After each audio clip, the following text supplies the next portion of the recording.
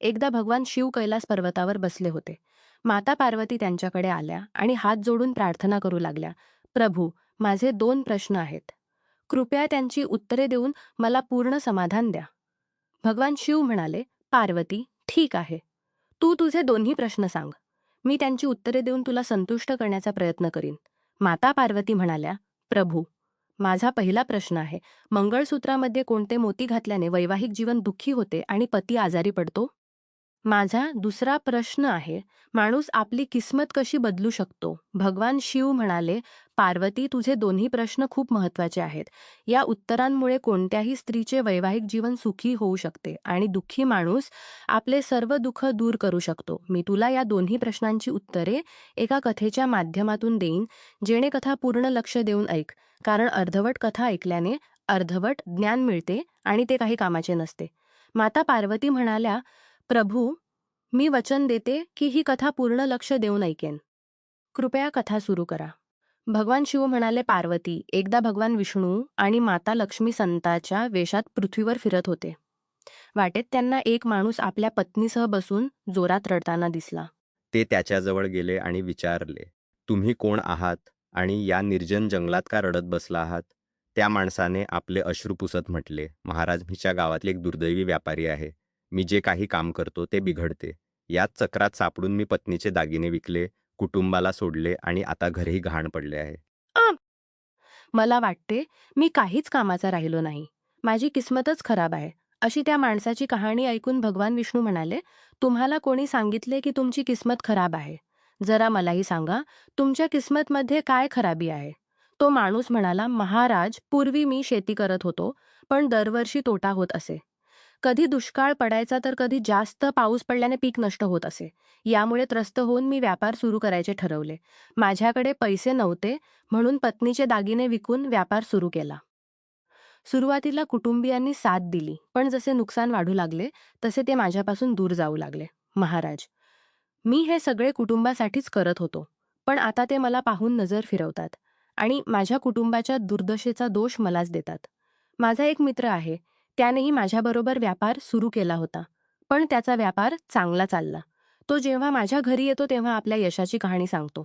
त्याच्या गोष्टी ऐकून माझे कुटुंबीय म्हणतात, तुमच्या मित्राला पहा आणि काहीतरी शिका.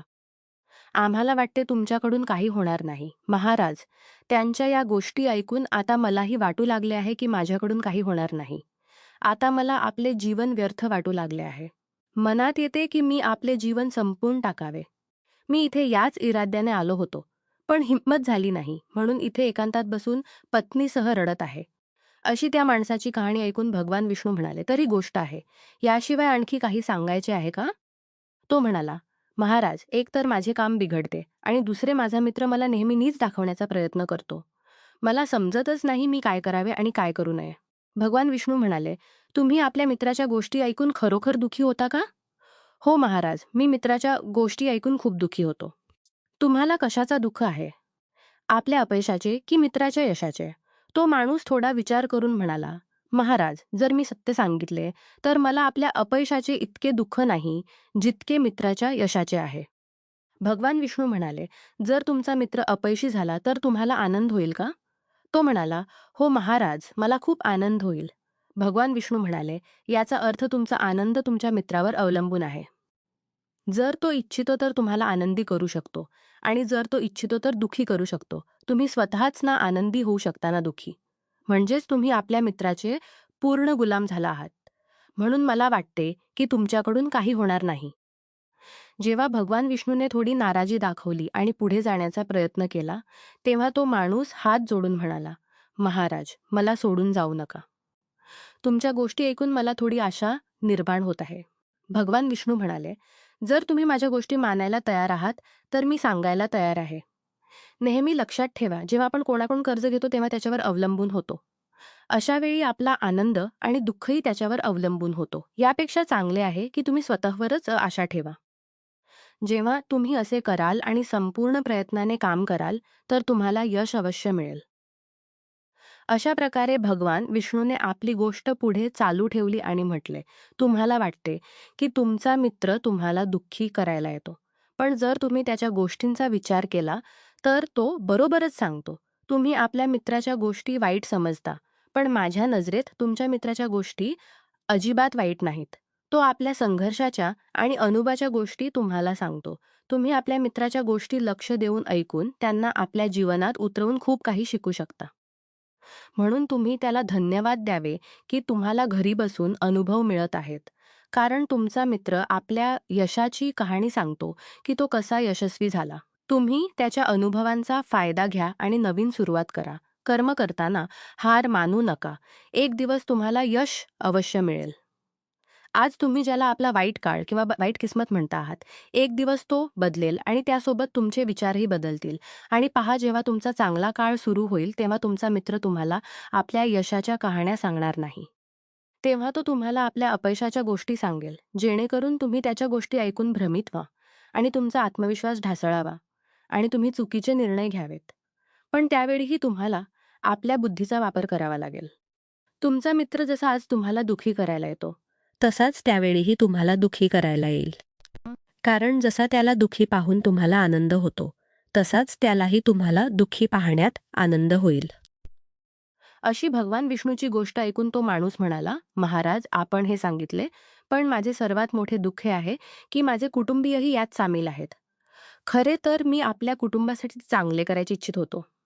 पण ते माझी गोष्ट समजायला तयारच नाहीत. ते मला चुकीचे ठरवतात आणि आता इतके वाढले आहे." भगवान विष्णू म्हणाले, "मी तुमची गोष्ट समजलो. तुम्हाला सांत्वना हवी आहे. खरे तर या जगात सर्वजण सांत्वनाच हवी असते. आपल्याला हवे असते, की आपण जे काही करू, तेव्हा लोक आपली प्रशंसा करावीत. पण नेहमी असे होत नाही, म्हणून आपण दुःखी होतो. आपल्याला वाटते, की आपले मित्र, कुटुंबीय सगळे स्वार्थी आहेत. पण जर तुम्ही कोणाला आपले कुटुंब मानता आणि त्याच्यासाठी काही करायचेही इच्छिता, तर तुम्हाला का वाटते, की तुम्ही दुसऱ्यांसाठी काही करत आहात? खरे तर तुम्ही आपल्या आनंदासाठी करत आहात. म्हणून कुटुंबासाठी काही करणे म्हणजे खरे तर स्वतःसाठीच करणे असते. पण जर असे करताना तुम्हाला वाटत असेल, की तुम्ही दुसऱ्यांसाठी करत आहात, तर तुम्ही नक्कीच दुःखी राहाल. आणि जर तुम्हाला वाटत असेल, की तुम्ही स्वतःसाठी करत आहात, तर तुम्ही आनंदी राहाल. कारण जेव्हा तुम्ही स्वतःसाठी काही चांगले करता किंवा करायचे इच्छिता, तेव्हा तुम्हाला सांत्वनाची गरज पडत नाही. नंतर भगवान विष्णूच्या गोष्टी ऐकून त्या माणसाच्या चेहऱ्यावरील भाव बदलले आणि तो म्हणाला, "महाराज, आपण बरोबर सांगत आहात. मी समजलो की आतापर्यंत माझी किस्मत खराब होती, कारण ती दुसऱ्यांच्या हातात होती. आता मी आपली किस्मत आपल्या हातात ठेवीन आणि पूर्ण मेहनत आणि लग्नाने पुन्हा काम करीन आणि यश मिळेपर्यंत चैनाने बसणार नाही." अशी त्या माणसाची गोष्ट ऐकून भगवान विष्णू हसले आणि त्यांनी एक डिबी काढली आणि त्या माणसाला दिली आणि म्हटले, "ही डिबी नेहमी आपल्याजवळ ठेवा. यात असा राज आहे जो तुम्हाला मोठ्यात मोठ्या दुःखातूनही नेहमी बाहेर काढेल. पण एक गोष्ट लक्षात ठेवा, ही डिबी तेव्हाच उघडा जेव्हा तुमच्या जीवनात जगण्याचा कोणताही मार्ग दिसत नाही आणि तुम्हाला वाटते की आता या जगात जगणे व्यर्थ आहे. आणि जर तुम्ही वेळेपूर्वी डिबी उघडली तर सगळे राज संपतील." नंतर त्या माणसाने भगवान विष्णूला वचन दिले, की जेव्हा त्याला जगात काहीच दिसणार नाही, तेव्हाच तो ही डिबी उघडेल. त्यानंतर माता लक्ष्मीने एक डिबी काढली आणि त्या माणसाच्या पत्नीला दिली काटले, "ही डिबी स्नान केल्यानंतर उद्या उघडायची आहे. मग तुमच्या जीवनातील सर्व दुःख कायमचे दूर होतील आणि सर्व बिघडलेली कामे सुधारायला लागतील." अशा प्रकारे तो माणूस घरी जाऊन आपल्या कामावर लागला आणि त्याच्या पत्नीने स्नान करून जेव्हा लक्ष्मीने दिलेली डिबी उघडली, तेव्हा त्यात एक परचा आणि एक मंगळसूत्र होते, जे प्रत्येक सुहागिणीचे लक्षण असते. नंतर ती स्त्री तो परचा वाचते आणि त्यात जे लिहिले होते ते वाचून ती चकित होते. यावेळी माता पार्वती भगवान शिवांना विचारतात, "प्रभू, त्या परच्यात असे काय लिहिले होते की ती स्त्री वाचून चकित झाली?" भगवान शिव म्हणाले, "तू जाणू इच्छितेस की त्या परच्यात काय लिहिले होते? तर त्यात तुझ्या पहिल्या प्रश्नाचे उत्तर लिहिले होते." पार्वती म्हणाल्या, "प्रभू, ते कसे?" शिव म्हणाले, "तुझा पहिला प्रश्न होता की मंगळसूत्रामध्ये वैवाहिक जीवन दुःखी होते आणि पती आजारी पडतो. तर ऐक, त्या पर्च्यात लिहिले होते, बेटी, तुमच्या जीवनात दुःख आणि तुमचा पती आजारी असल्याचे कारण हे आहे. त्यात फक्त पिवळ्या रंगाचे मोती आहेत आणि मी जे मंगळसूत्र तुम्हाला दिले आहे ते घाला आणि यात एक पर्चा आहे. त्या पर्च्यात मंगळसूत्राबद्दल सविस्तर लिहिले आहे. तो पर्चा मोठ्या लक्षाने वाचा आणि मंगळसूत्राचे रहस्य समजून घ्या आणि नियमानुसार धारण करा." त्या पर्च्यात लिहिले होते की मंगळसूत्रासंबंधी 6 चुका कधीही करू नयेत. पहिली, अनेकदा दिसते की स्त्रियांना एकमेकींच्या वस्तू मागून घालणे खूप आवडते. जर स्त्रियांना कोणाच्या गळ्यातले मंगळसूत्र आवडले, तर त्या ते घालण्यासाठी मागतात. पण तुम्ही नेहमी लक्षात ठेवा की विवाहित स्त्रीने कधीही दुसऱ्याचे मंगळसूत्र मागून घालू नये. असे केल्याने पतीचे आयुष्य कमी होते आणि तो आजारी पडतो. म्हणून असे करण्यापासून नेहमी सावध राहावे. त्या पर्च्यात पुढे लिहिले होते की प्रत्येक मंगळसूत्राची निर्मिती काळ्या मोत्यांनी आणि सोन्याच्या मोत्यांनी केली जाते. पण एक गोष्ट विशेष लक्ष देण्यासारखी आहे की मंगळसूत्रात काळे मोती आणि रंगाचे मोती नेहमी लोकांच्या वाईट नजरेपासून वाचवतात. कारण तुमच्या सुखी दाम्पत्य जीवनाला लोकांची नजर लागत नाही. म्हणून कधीही असे मंगळसूत्र घालू नये ज्यात काळे मोती नसतील. मंगळसूत्र नेहमी असे असावे ज्यात काळे मोती आणि सोन्याचे मोती अवश्य असतील. त्या पर्च्यात पुढे लिहिले होते की मंगळसूत्र कधीही काढू नये. पती जेव्हा पत्नीच्या गळ्यात मंगळसूत्र घालतो तेव्हापासून तिच्या शेवटच्या श्वासापर्यंत पत्नीने गळ्यात मंगळसूत्र धारण केलेले असावे. जर कोणत्याही अनहोनी परिस्थितीत मंगळसूत्र काढावे लागले तर त्या जागी गळ्यात काळा धागा अवश्य धारण करावा. त्या पर्च्यात पुढे लिहिले होते की मंगळसूत्र अचानक गळ्यातून तुटून पडले तर त्याला अपशकुन मानले जाते. अशा वेळी पतीच्या आरोग्याला हानी होऊ शकते किंवा नात्यात तडे जाऊ शकतात. म्हणून कधीही गळ्यात कमकुवत मंगळसूत्र धारण करू नये.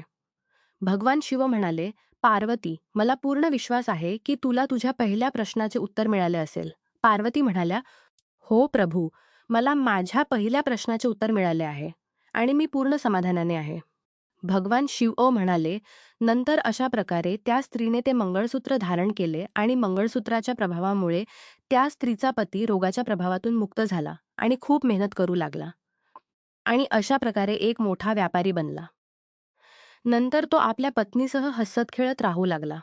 पण काळ नेहमी एकसारखा राहत नाही. आता तू आपल्या दुसऱ्या प्रश्नाचे उत्तर ऐक. तुझा दुसरा प्रश्न होता की एक दुःखी माणूस किस्मत कशी बदलू शकतो.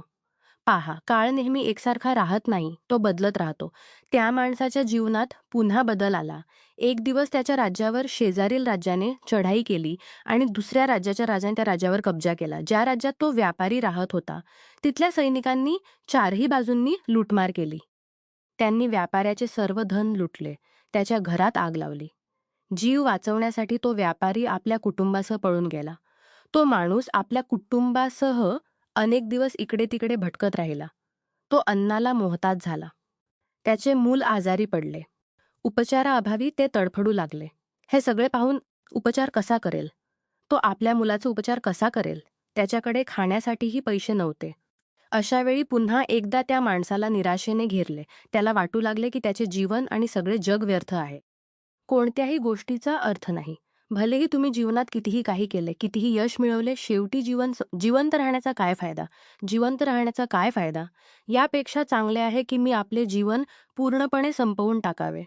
तो माणूस आपल्या कुटुंबासह आत्महत्या करणारच होता की त्याला त्यावेळी भगवान विष्णूची दिलेली डिबी आठवली. कारण भगवान विष्णूने सांगितले होते की जेव्हा तुम्हाला जगात काहीच दिसणार नाही तेव्हा डिबी उघडा. त्या डिबीत एक पर्चा आहे, तो उघडून वाचा, तुमचे सर्व दुःख दूर होतील. अशी डिबी आठवताच त्या माणसाने ती डिबी काढली आणि उत्सुकतेने उघडली. डिबीच्या आत एका पर्च्यावर काही लिहिले होते. ते वाचून त्या माणसाच्या डोळ्यांपुढून निराशेचे ढग दूर झाले. नंतर पार्वती म्हणाल्या, प्रभुदेव, त्यात काय लिहिले होते? भगवान शिव म्हणाले, त्यात तुझ्या दुसऱ्या प्रश्नाचे उत्तर लिहिले होते. तुझा दुसरा प्रश्न होता की एक दुःखी माणूस किस्मत कशी बदलू शकतो, तर त्यात लिहिले होते, हा काळही संपेल. माता पार्वती म्हणाल्या, प्रभू, मला काही समजले नाही. भगवान शिव म्हणाले, मी तुला सविस्तर समजावून सांगतो. कधीही माणसाचे दिवस एकसारखे राहत नाहीत. जेव्हा दिवस वाईट होते तेव्हा त्या माणसाला चांगले दिवसही आले आणि जेव्हा ते चांगले दिवसही संपले तेव्हा आज पुन्हा वाईट दिवस आले. तर नेहमीच दिवस वाईट राहणार नाहीत. माणसाने हिंमत ठेवून काम करावे आणि नियमितपणे आपल्या मेहनतीने आपले कार्य करत राहावे. त्याला एक दिवस यश निश्चित मिळते. भगवान शिव शेवटी म्हणाले, पार्वती, माणूस इमानदारी, विश्वास आणि लग्नाने जेव्हा कोणतेही कार्य मेहनतीने करतो तेव्हा मेहनतीचे फळ त्याला अवश्य मिळते. अशा प्रकारे त्या पर्च्यावर लिहिलेली गोष्ट जेव्हा त्या माणसाने लक्ष देऊन वाचली आणि तो समजला की माझे वाईट दिवस एकदा पुन्हा चांगले झाले होते आणि आज पुन्हा वाईट दिवस आले आहेत, तर माझे वाईट दिवसही पुन्हा संपतील. काळ एकसारखा राहत नाही आणि तो एक दिवस पूर्वीपेक्षाही मोठा व्यापारी बनला आणि आपल्या कुटुंबासह आपले जीवन हसत-खेळत व्यतीत करू लागला. नमस्कार मित्रांनो, तुम्हाला ही कथा आवडली असेल तर चॅनलला सबस्क्राईब करायला विसरू नका आणि यापेक्षाही अधिक रंजक व्हिडिओ पाहण्यासाठी माझ्या चॅनेलवर नुकताच अपलोड केलेला नवीन व्हिडिओ नक्की पहा. तो तुम्हाला खूप आवडेल अशी मला आशा आहे.